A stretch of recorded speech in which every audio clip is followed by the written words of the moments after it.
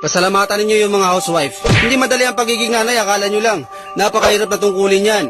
Maglinis, maglaba, magluto, magbantay ng mga anak. Naku, Diyos ko, sa pagbantay pa lang ng mga anak, nakaka-stress na yan. Pag nagkasakit yung bata, sinong sinisisi?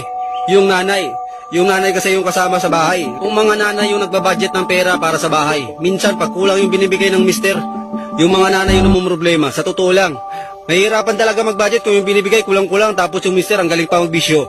Lahat sinasagad sa bisyo, yung binibigay na sustento sa bahay, sa asawa, kunti lang. Alam niyo sino namang problema? Yung asawang babae, yung nanay. Hirap na hirap kung lulutuin. Mangungutang pa yan. Kaya kapag walang kwenta yung nanay, wala rin kwenta yung bahay. Magulo ang buhay mag-asawa kapag walang kwenta yung nanay, sa totoo lang.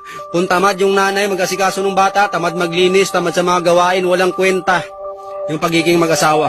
Kaya kung masipag yung nanay, tiyamba. Ha? Tiyamba ni mister. Diba? Kaya dapat kayo mga mister, yung mga misis ninyo, pahalagaan nyo rin.